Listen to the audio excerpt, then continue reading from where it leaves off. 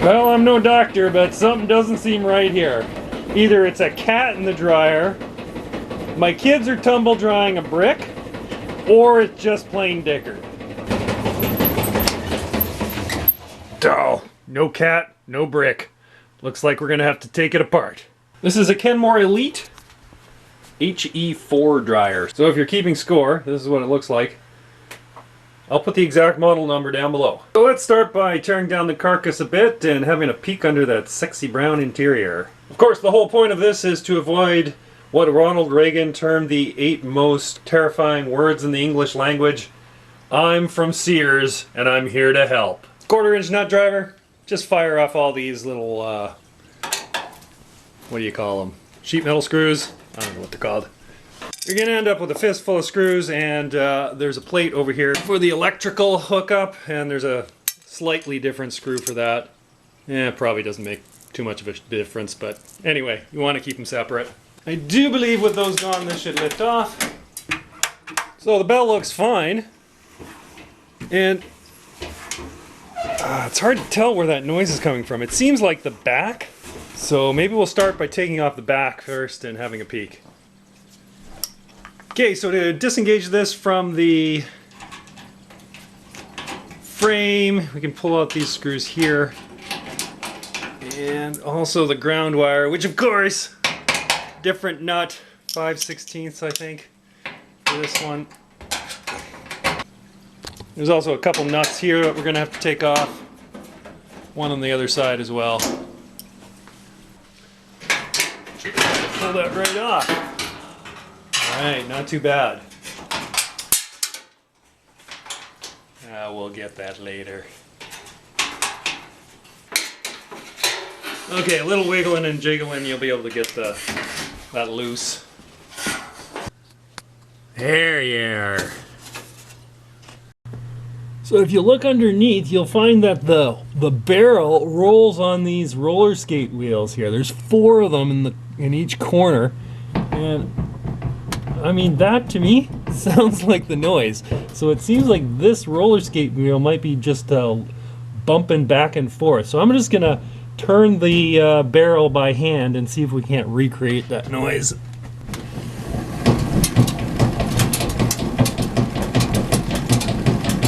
That sure sounds like it. So perhaps we should take this wheel off and see what the condition of it is. And for those of you playing along at home, this bolt here is a 9/16. What the? Righty-tighty, lefty-loosey. Oh, this is backwards. It's lefty-loosey, no, lefty-tighty, righty-loosey in this case. So here's the wheel. Oh, geez, that's confusing. Backwards. And big washer. Some sort of little plastic spacer here, and then a shaft with, you know, the appropriate amount of human debris in it.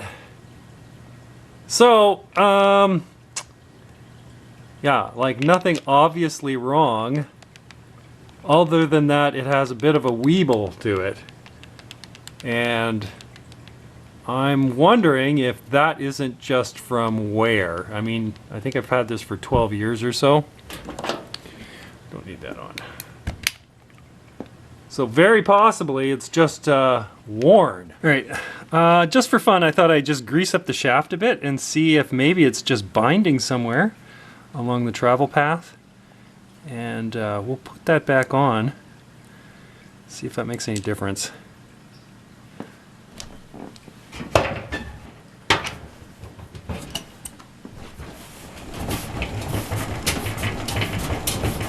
Call me crazy, but it doesn't seem as bad. Perhaps if we do the same to all of them, we'll be good. Alright, we'll do the other back one as well. And then we'll see if we can't get at those front ones.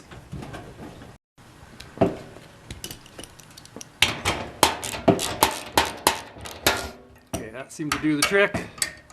This one has significantly less play in it. Yeah, it's quite a bit more snug in there. There's not a lot of that lateral movement. So I think that's the problem. The grease may be buffering it a bit, giving it a little cushion to ride on, but I think really I need to at least replace that back wheel. So yeah, we'll look for that. Where's the camera? There we go. So we'll look for that part and see if we can't get that replaced. I'm thinking this is exactly what we need here. We're getting 4 wheels, a belt, and that little pulley thing that attaches to the motor for only $30. What the? That seems crazy. And free shipping. Pfft, can't go wrong there. Oh, and apparently I'm low on caramels for some reason. Well, the Amazon AI is working overtime on this one. Holy fuck. What an idiot. So anyway, we'll just order up these parts and we'll continue this as soon as they come in. Well, hot diggity, it looks like the dryer fairy came, bringing dryer parts and belly button lids to boys and girls all over the world.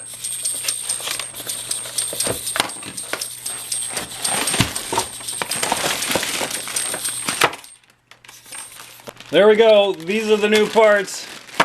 Let's put them together. There didn't seem to be any way to remove the drum to replace the belt that goes around it by going through the back. So this time we're going to go through the front. So on the back, the only thing we're going to dick around with are these 3 screws here, here, and here, just to remove the lid. Alright, coming around to the front, right underneath here, there's a couple, right near the base.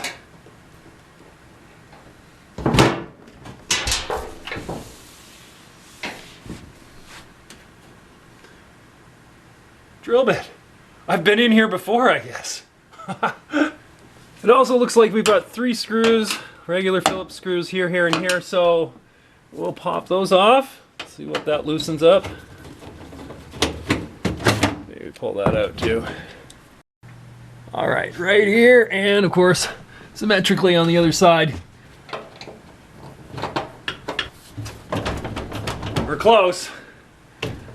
Still something else going on. Alright, top side, looking in from the back, you can see that there are a couple of nuts here. Now I'm not sure these are the ones, but I think those ones might be holding the front panel on, the control panel. So we're going to take those off and see what's underneath.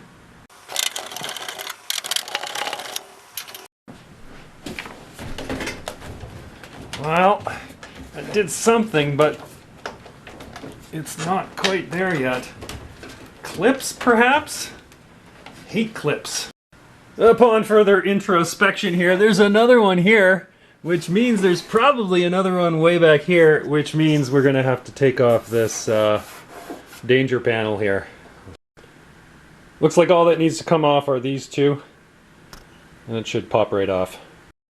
And there they are there. It actually looks like there's 2 of them, on this side at least. Alright, so here's a quandary. This is the left side looking from the back.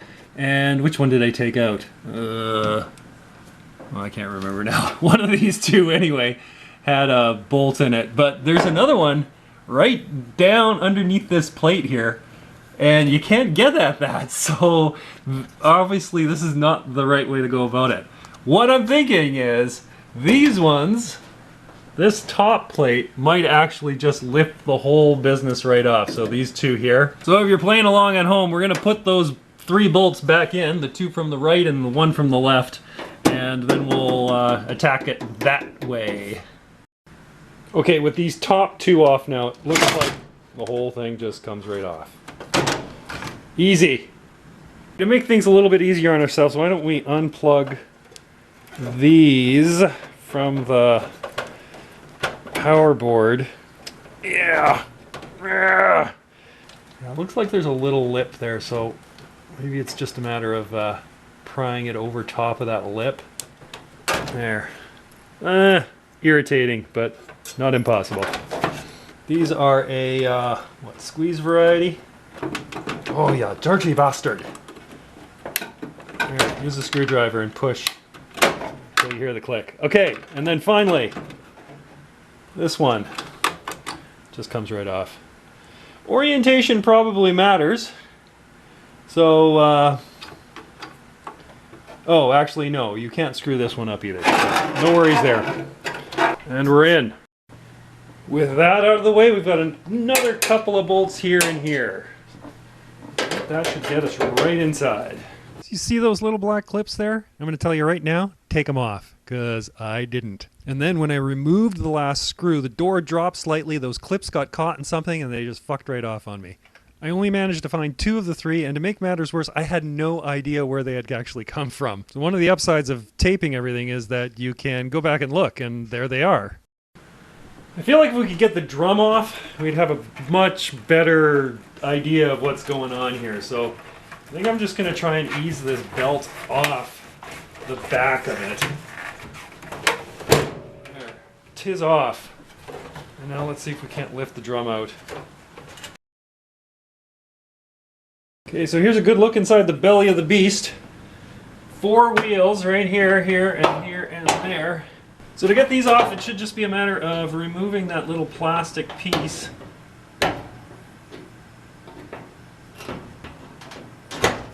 Gah. Yeah, just pull one corner off and it should come off without problem. So here's the deal. If you want to replace the little plastic retainer clips that are on the back of the wheel, then you're gonna need to take the whole damn shaft off. It was just too hard to, like, once you've got it into this groove, you have to move it, slide it over to this end of the shaft. It's just, fucking doesn't work. So that means you have to take the back off as well, which I did in order to get at it.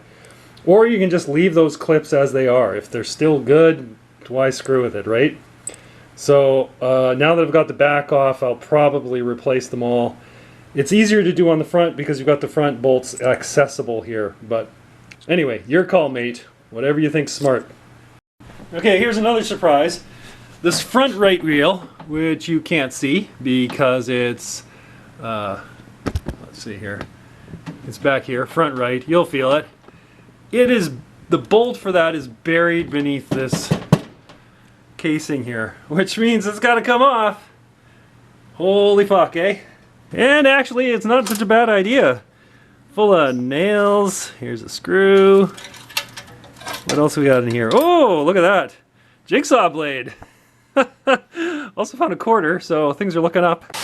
And it's probably not a bad idea to clean out the combustibles from your heating appliance here. So there'll be 3 screws holding this on, and then once you've got that, then you have access to that bolt. Plus, more money. Alright, so this is the last wheel to go on. Now, call me cynical, but I find it highly suspicious that only one wheel was actually fucked up. The other ones are fine. Now, I replaced them all because, yeah, you know why. Because I'm in here and I don't want to have to do this again. But it's highly suspicious to me that that's the case. And it's also probably the easiest wheel to get at is that back one. That first one we looked at, that back wheel there is the easiest one to remove and replace if you had to do it. So what does that tell you, huh?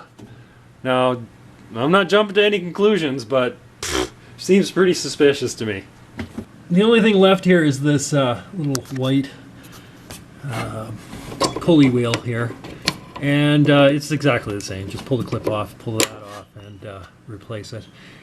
Put a little grease on the axle. Should be good. So because this thing kind of fell apart on me at the end, and I don't really know what the proper order of operations is here, I put this back on. There's only one screw that holds that in place, but it kind of jimmies inside of the hole there that holds it upright, or at least in the right half-assed position. I'm going to put the door on next, but I think the way to do this is, you see these are keyholed. That's where the screw would go. So we'll put screws in both of these and then we can hang the door on the frame at least. So I've left the back open because I want to drop the barrel in with the belt on it and then just loop it around there.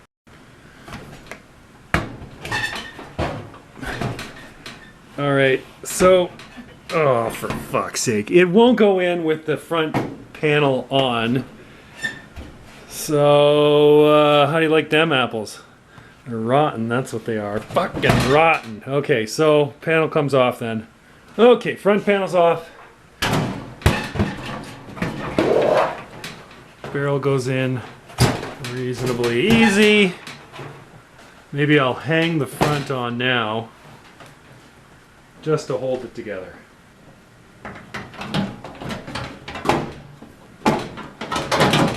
Alright. Highly sketchy. To put the belt on, it's a wee bit tricky, but take the smooth side, put it on the top, and then take the loop that's free to the left, and lift it up. And what you're going to find, the rib side is going to be at the bottom here. Hook that around the motor. So the rib side should interact with the shaft of the motor, as all ribbed things should do.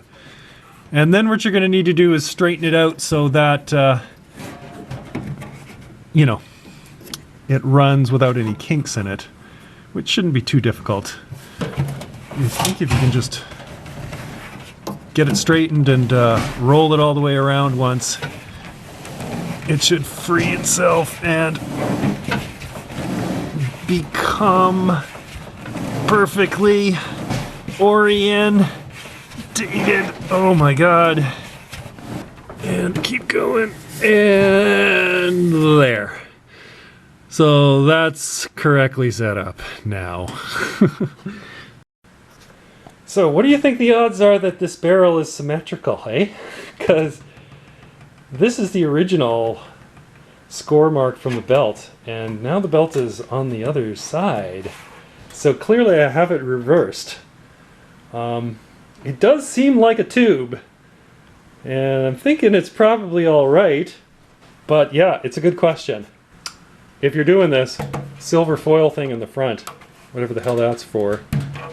Oh, it's a counterweight, isn't it? That's what's going on here.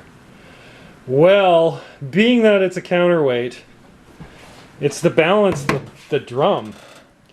Maybe I should flip this around. Son of a bitch.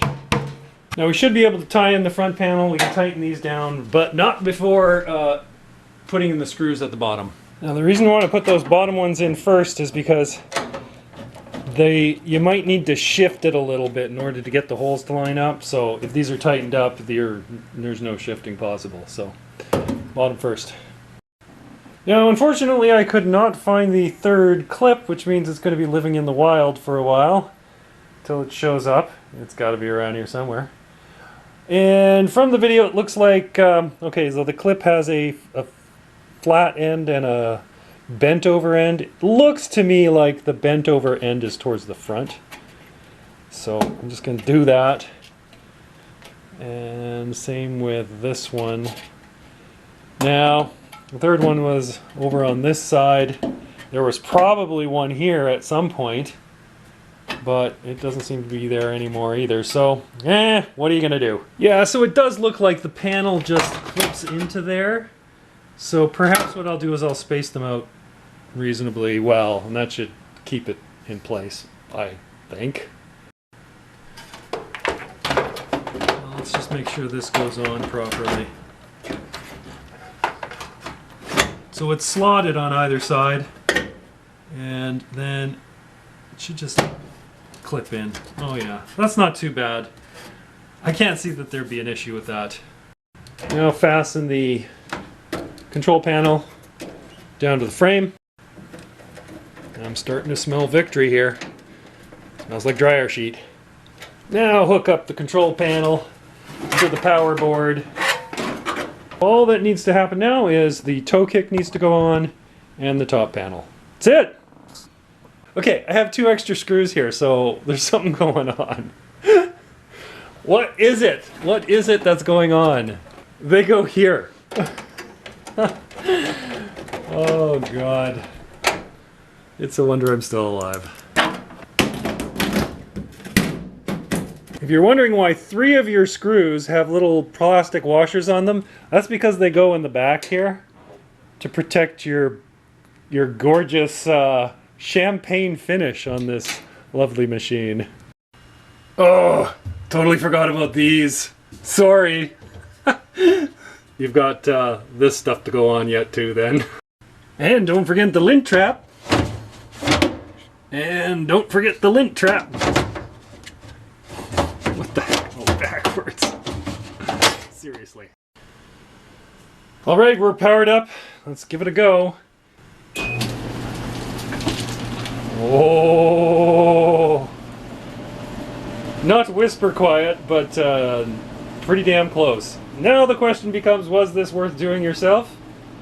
I gotta admit, this was a lot of dicking around and quite irritating. However, would I pay somebody? Abso-fucking-lutely not.